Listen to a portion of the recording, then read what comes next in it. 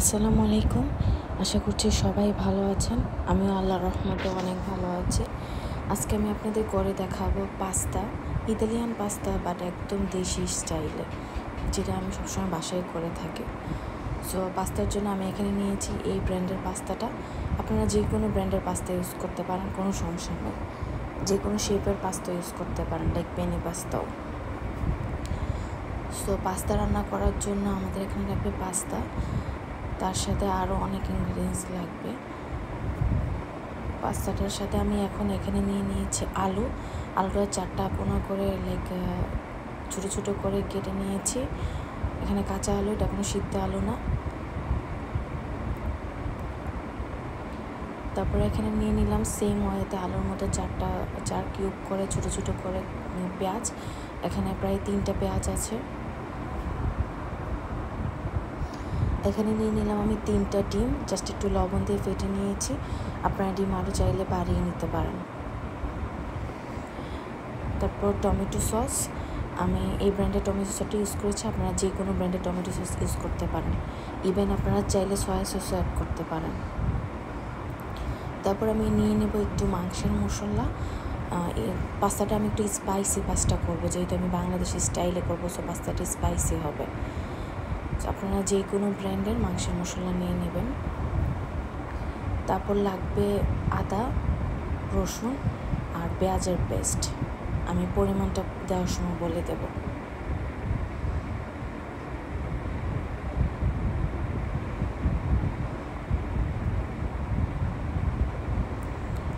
তো সবার প্রথমে আমি পাস্তাটাকে ভালো করে সিদ্ধ করে নেব। আপনারা দেখতেই পাচ্ছেন একটা বড় ডেক নিয়ে নিয়েছি আমি। সবার প্রথমে একদম অনেক পরিমাণে আপনারা চেষ্টা করবেন পাস্তাটা পানি নিতে। আর কাঁচামরিচটা আমি শুধু 3টা কাঁচামরিচ ইউজ করেছি, যেহেতু মাংসের মশলাতে অলরেডি স্পাইসি হবে অনেক। সো কাঁচামরিচটা আমি সেজন্য কম করে দিলাম। আপনারা চাইলে আরও বেশি বা কম করতে পারেন। সো পাস্তাটা আপনারা দেখছেন যে আমি সিদ্ধ করছি। আমি বললাম আগে যে বেশি করে পানি নিয়ে নিয়েছি। পানিটার ভিতরে আমি প্রায় 2 চামচের মতো লবণ আর বড় 1 টেবিল স্পুন তেল দিয়ে আমি পানিটা আগে ভালো করে বলক উঠিয়ে নিয়েছি। পানিটা যখন দেখবেন ভালো করে বলক উঠে যাবে, তখনই আপনারা পাস্তাটা অ্যাড করবেন। ঠান্ডা পানিতে কখনো পাস্তা দিবেন না। আর অবশ্যই পাস্তা সিদ্ধ করার আগে একটু বেশি পরিমাণে আপনারা লবণটা অ্যাড করবেন, আর তেল অবশ্যই দিবেন, কারণ পাস্তাতে প্রচুর লবণ টানে। পাস্তাটা সিদ্ধ হয়ে গেলে ঠান্ডা পানি দিয়ে ভালো করে পাস্তাটাকে আপনারা ধুয়ে নেবেন। দেখতেই পাচ্ছেন যে আমার পাস্তা সিদ্ধ হয়ে গিয়েছে এবং আমি ভালো করে ঠান্ডা পানি দিয়ে ধুয়ে নিয়েছি। আর দেখতে পাচ্ছেন মাশাআল্লাহ আমার পাস্তাটা অনেক ঝরঝরা হয়েছে, একটার গায়ে 1 ফোঁটাও লাগেনি। এটা হয়েছে একমাত্র তেল দেওয়ার কারণে। সো পাস্তা সিদ্ধ হয়ে গেলে আমি সেম ডেকেই আপনার অয়েল নিয়ে নিলাম। এখানে প্রায় 1/2 কাপের মতো তেল আছে। তেলটা যখন গরম হয়ে আসবে,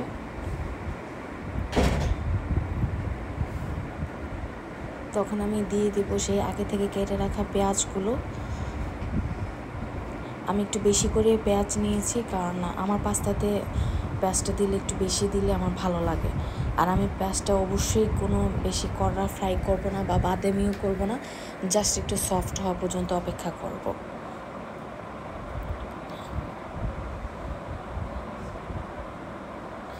আর আমি আজকে সবজি হিসেবে শুধু আলু অ্যাড করেছি।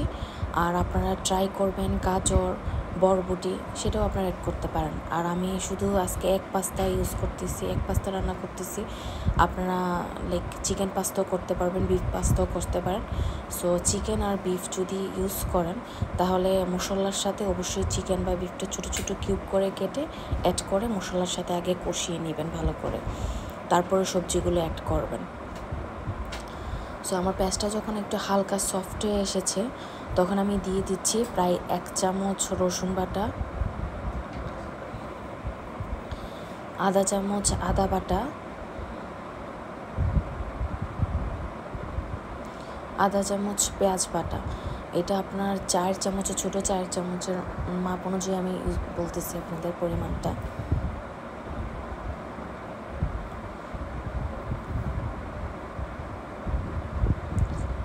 সো পেঁয়াজ আর এই কাঁচা মশলাগুলো ভালো করে আগে একটু ভালো করে ফ্রাই করে নিতে হবে, কারণ কাঁচা মশলার খুব একটা স্ট্রং স্মেল আছে। সো যদি মশলাটা ভালো করে একটু তেলে ফ্রাই করে না নেওয়া হয় তাহলে খুব বাজে একটা স্মেল আসে, যেটা তরকারি একদম খেতে বাজে লাগে। সো সবসময় মনে রাখবেন যে কাঁচা যে কোনো পেস্ট লাইক পেঁয়াজ, আদা, রসুন পেস্ট আগে পেঁয়াজ তেলে একটু ভালো করে কষিয়ে নিতে হবে, তারপর আপনারা পাউডার মশলা ইউজ করবেন সবসময়। কারণ পাউডার মশলাটা যদি আপনারা আগেই দিয়ে দেন তাহলে কিন্তু পাউডার মশলা পুড়ে যাবে। পাউডার মশলা দিয়ে সবসময় পানি দিয়ে কষাতে হয়। তো পেঁয়াজের সাথে আদা, রসুন আর পেঁয়াজের পেস্টটা যখন একটু ভালো করে লাইক ফ্রাই হয়ে আসবে বা যে স্ট্রং স্মেলটা চলে যাবে, তখন আমি অ্যাড করে দেব পাউডার মশলা, লাইক মাংসের মশলা, যেটা আমি আগে আপনাদের দেখিয়েছি। মাংসের মশলা এখানে আমি অনুমান করে দিচ্ছি, আপনারা আপনার প্রয়োজন মতো বাড়িয়ে কমিয়ে নেবেন। এখানে প্রায় 2 চা চামচ পাউডার লাইক মাংসের মশলা হবে আমি দিয়েছি।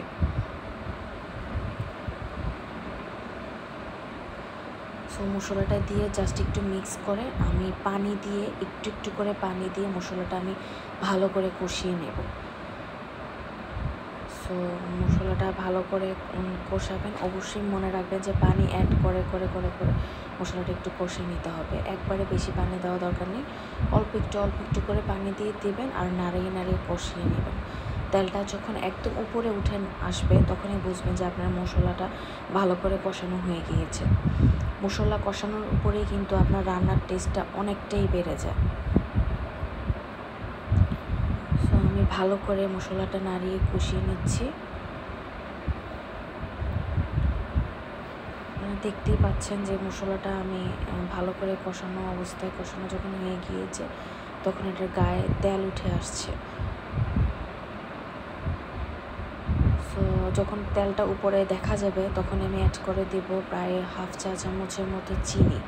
এই চিনিটা এখানে আপনার সুইট হবে না, জাস্ট টেস্টটা একটু বাড়বে, সেই জন্য এই চিনিটা দেওয়া। অনেক রান্নাই আছে যে রান্নাগুলোতে আপনারা চিনি দিলে মিষ্টি হবে না, বাট টেস্টটা বাড়ে। তারপর আমি অ্যাড করে দিলাম প্রায় 1/2 চা চামচের মতো লবণ। আমি এখন 1/2 চা চামচ লবণ দেব, আর আলু দেওয়ার পর আমি আরও 1/2 চা চামচ লবণ অ্যাড করব। আর অবশ্যই আপনারা মনে আছে যে আমি পাস্তা কিন্তু বেশি করে লবণ দিয়ে সিদ্ধ করেছি। সো আমার অনেক পরিমাণে পাস্তা লবণ দেওয়ার কোনো দরকার নেই, যেহেতু আমার সবজির পরিমাণও কম। আপনাদের সবজির পরিমাণ যত বেশি হবে সেই অনুযায়ী করে কিন্তু আপনাদের লবণটা কমিয়ে বাড়িয়ে নিতে হবে। সো মশলাটা ভালো করে কষানো হয়ে গেলে আমি দিয়ে দেব সে আগে থেকে কেটে রাখা আলুগুলো। আমি আবারও বলছি, এগুলো কিন্তু কাঁচা আলু, আগে থেকে কোনো সিদ্ধ করে রাখা আলু না। আমি জাস্ট ধুয়ে ভালো করে আলুগুলো কেটে 4টা কিউব করে কেটে আমি ভালো করে ধুয়ে পানি ঝরিয়ে রেখেছিলাম। মশলাটার সাথে আমি ভালো করে এখন আলুগুলো মিক্সড করে নেব। মিক্সড করে যখন একটু ফ্রাই হয়ে আসবে আমি তখনই চুলাটা ঢেকে দেব প্রায় 5 মিনিটের মতো। 5 মিনিট পর আমি আবার পানি দিয়ে আলুটা আরেকটু সিদ্ধ করে নেব। সো আমি ভালো করে একসাথে মিক্স করে রেখে দিয়ে আমি 5 মিনিটের জন্য চুলার আঁচটা মিডিয়াম রেখে আলুটা ঢেকে দেব।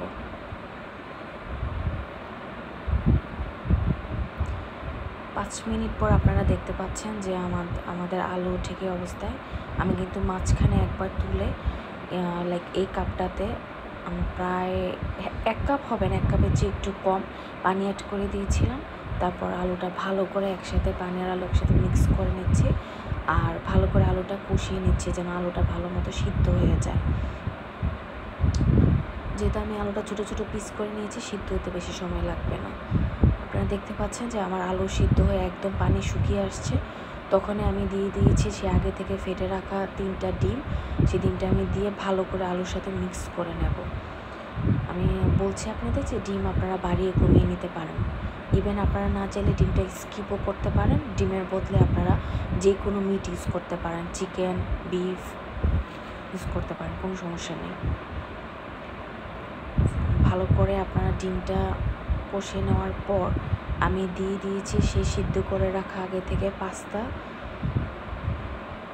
দেখতে পাচ্ছেন টমেটো সস, কাঁচামরিচ, আমি 3টা কাঁচামরিচ একদম কুচু কুচু করে কেটে নিয়েছি।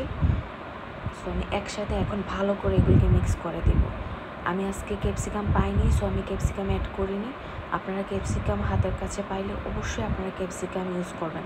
Green capsicum, red capsicum, yellow capsicum দিবেন আপনারা। সুন্দর একটা কালার আসে আর স্মেলটাও খুবই ভালো আসে দিলে। আর অবশ্যই আপনারা কিন্তু ক্যাপসিকামটা এই অবস্থাতে ইউজ করবেন, এর আগে অ্যাড করবেন না, তাহলে ক্যাপসিকাম একদম ভর্তা হয়ে যাবে। আল্লাহর রহমতে রেডি হয়ে গেছে আমাদের পাস্তা। দেখতে পাচ্ছেন আমার পাস্তার চেহারাটা এরকম হয়েছে। আশা করি আপনাদের সবার আমার রেসিপি ভালো লাগবে। প্লিজ ভালো লাগলে লাইক, কমেন্ট, শেয়ার আর সাবস্ক্রাইব করবেন। আর আমি একদমই নতুন, আমার এটা প্রফেশনাল না, এটা আমার শখ, সো কোনো ভুল ত্রুটি হলে মাফ করে দিবেন। আল্লাহ হাফেজ।